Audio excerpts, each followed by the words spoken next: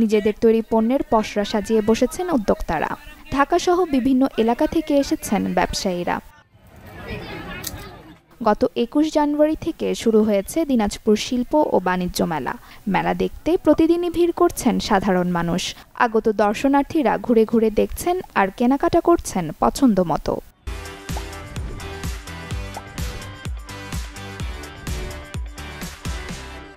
একসাথে মেলায় ঘুরতে পেরে সবগুলো রাইড এনজয় করতে পারে, আরো বেশি ভালো লাগতেছে।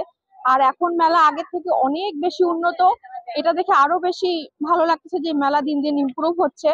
এই মেলায় এসে আমাকে অনেক ভালো লাগছে, আমি অনেক রাইডে উঠছি। হ্যাঁ, মেলা আমি আসছি, আমার সাথে আমার ফ্রেন্ড আসছে, ঘুরতেছি, বেশ ভালো লাগতেছে। দেশি বিদেশি নানান বাহারি পণ্য, পোশাক সামগ্রী, শিশুদের খেলনা ও খাবার সামগ্রীর পসরা নিয়ে বসেছেন দোকানিরা। তবে দাম নিয়ে ক্রেতা বিক্রেতাদের মধ্যে রয়েছে মিশ্র প্রতিক্রিয়া। এসে আমি কোটের দোকানে আসছি, বর্তমানে কোট শপে। দামের ব্যাপারটা নিয়ে একটু মোটামুটি ভালোই, রেট খুব বেশি না হাতে লাগালে।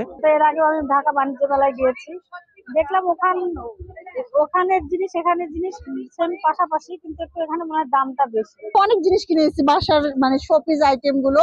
সর্বোপরি মেলায় এসে খুবই ভালো লাগতেছে এবং অনেক রিজনেবল প্রাইসে মনে হয় জিনিসগুলো আমরা পাচ্ছি।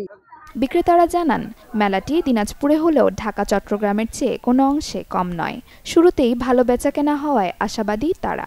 ইনশাআল্লাহ সামনের দিন আরো ভালো হবে। কেবল আজকে মেলার বয়স 9 দিন, আপনারা মেলা আসবেন, দেখবেন, কেনাকাটা করবেন। আমাদের বেচাকেনা মোটামুটি ভালোই হচ্ছে, এমনি দিনের থেকে শুক্রবার আরো ভালো হয়। চাপ এখনো বোঝা যাচ্ছে না, যখন স্যালারি টাইম হবে 5 থেকে 6 তারিখ, তখন বোঝা যাবে যে আসলে কাস্টমারটা কিরকম পাচ্ছে আমরা। আপনার ঢাকা বাণিজ্য মেলা বলেন, চট্টগ্রাম বাণিজ্য মেলা, ওই তুলনায় এটাও ওরকমই সমানই। আমি আজকে এই মেলাতে আপনাদের জন্য অনেক সুস্বাদু কেক নিয়ে আসছি। বিভিন্ন রকম কেক আছে, যারা কেক পছন্দ করেন তারা আমার স্টলে আসবেন, স্টলে ভিজিট করবেন। মাসব্যাপী এই মেলা শেষ হবে চলতি মাসের 20 তারিখে। Desk report, channel 24।